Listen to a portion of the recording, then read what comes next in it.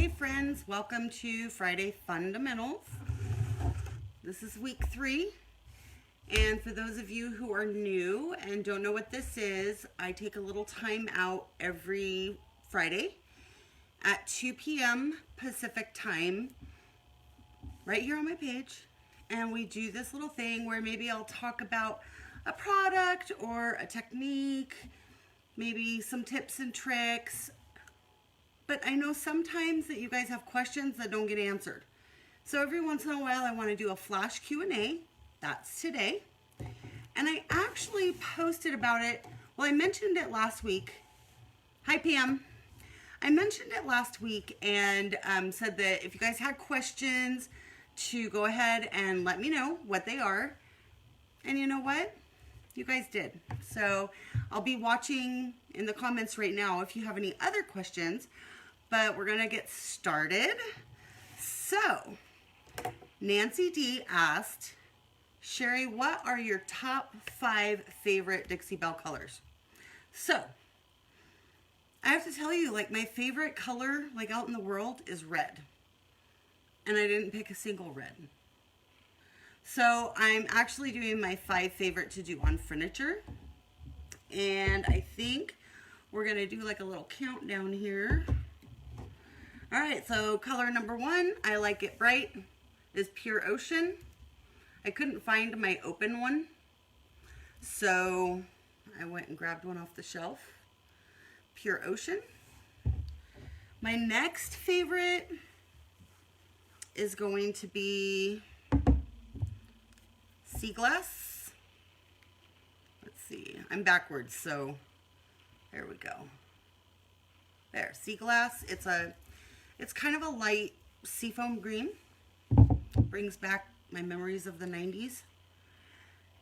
Then I have Yankee Blue. I use this so much that I didn't have an open one, but I really like it. It's a dark blue. It's not as dark as in the navy because in the navy can sometimes look black in pictures, and it's not. It's not. You need a lot of light on it, but this one is a nice blue.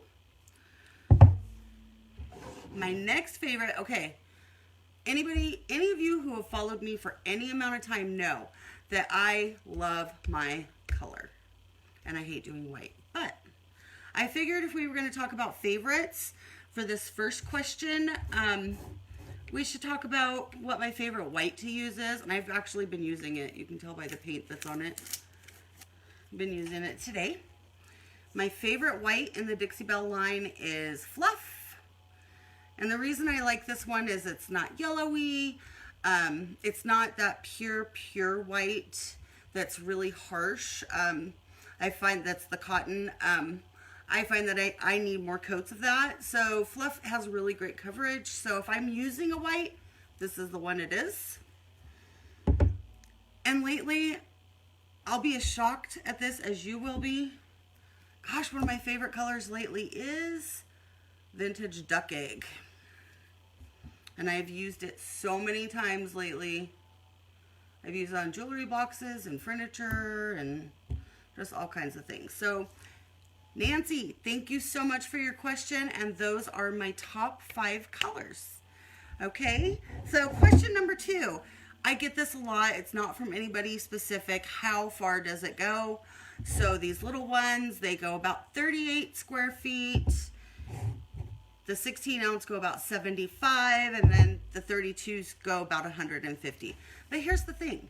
Some of you guys out there are super heavy-handed, and some of you guys use barely any at all. So, you know, those are just approximations because we don't know, you know, how heavy you go or how light you go. I tend to do thin coats, so I probably get a little bit more out of that. Okay, so next question from Joni R. Joni R asks, what's the difference between dry time and cure time? This is such a good question. I even made a visual for you guys. Let me get this ready. And we're going to have to put on our imagination caps, okay? So, when you're dealing with water-based products have pigments and a carrier and what they're all in, which is water, okay? And So when you first put it on, the water begins to evaporate. So imagine these being your pigments and your paint, and this is the water that makes it liquid. And you notice that everybody's kind of far away from each other, okay? So as time goes by, and in some places paint dries in like an hour.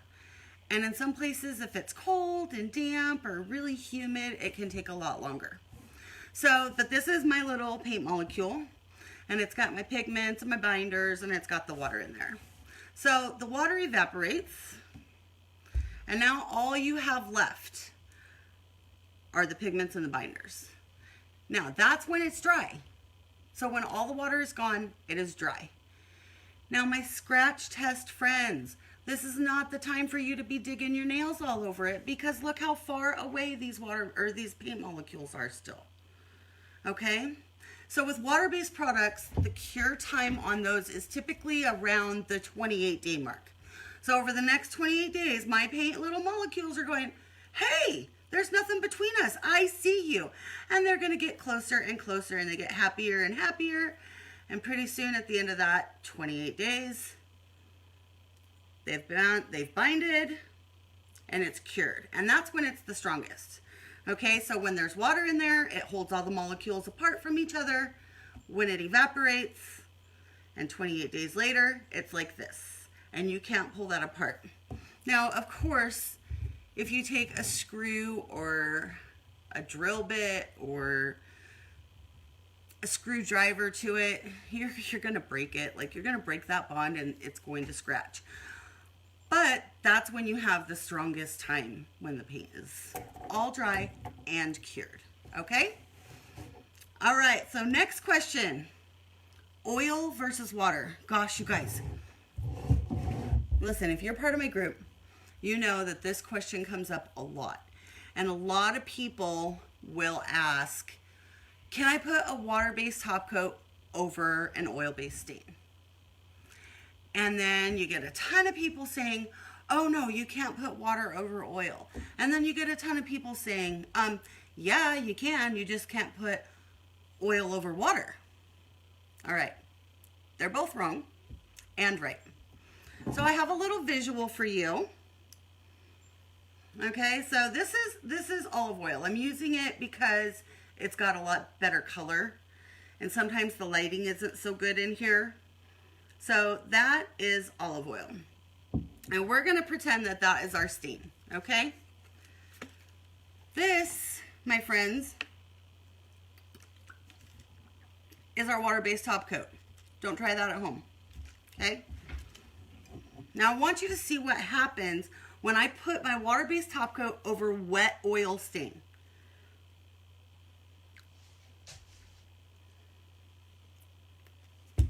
Can you guys see that? All of the oil rose to the top and the water went underneath.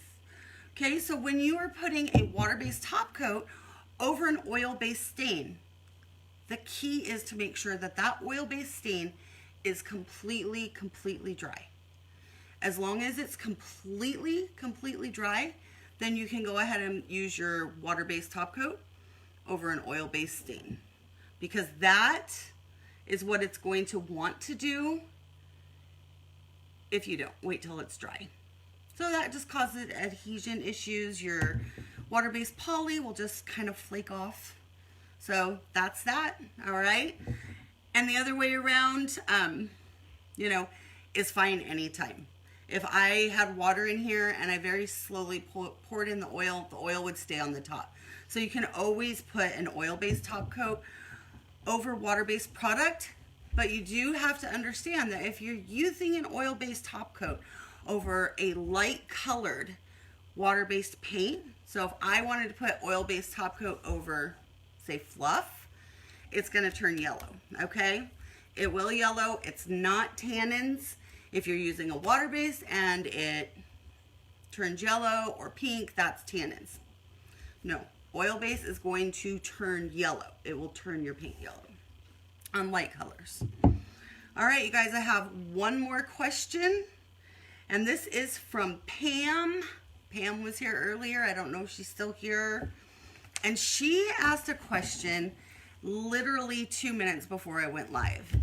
And I thought, wow, that's going to be a hard question to answer. So I'm going to tell you guys the question, and then you can see why I say it's really hard. So she asked, Sherry, what is the most difficult technique to master? Do you see why that's so hard? I have actually, you guys know I teach classes. My first thought was blending.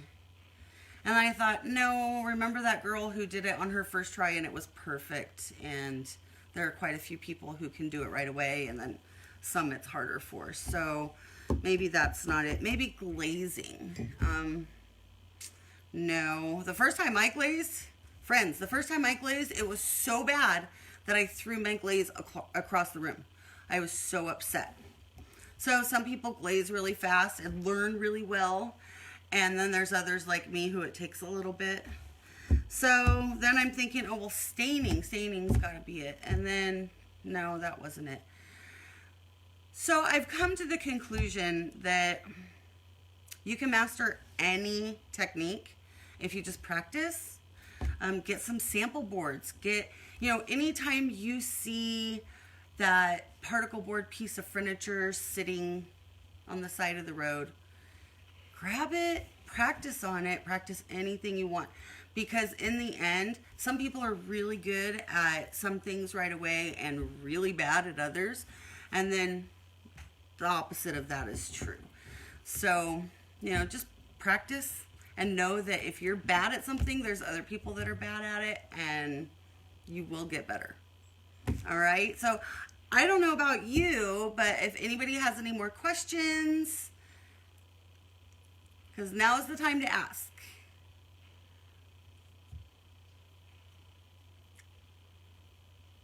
And I'm going to take another drink of my water-based top coat.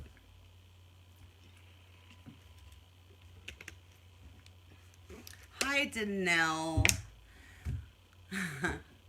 Danelle's out there. She's out shopping today. So if nobody has any questions, I will watch the next time we do a flash Q&A. You know what? First of all, I just have to say, I really, really appreciate you guys who gave me questions up ahead and let me have some visuals for you, because I know a lot of people are more visual when they're learning things and it helps them remember. So you guys that took the time to give me questions early, I see that, Pam. Those of you who took the time to give me questions early, I do appreciate that. So we do have another question. So Pam asks, particle board, do you really need oil-based primer? Pam, so that's probably about the only thing I will use oil-based primer on. That being said, it's the best for that. Now, those of you who are wondering why I recommend that, I'll tell you that, and then I'll answer Pam's question. So particle board is, or MDF, or whatever you want to call, there's a bunch of different ones, but it's just a whole bunch of shavings that are kind of, they're really thin shavings that are just kind of glued together. And if you get it wet, like if it's exposed particle board and you set a wet glass on it, or you leave it outside, or your basement floods and you have like 2 inches of water, you will notice that particle board swells up. And when it does that, it's pretty ruined. Sometimes they make particle board pieces with like a paper top that kind of looks like wood.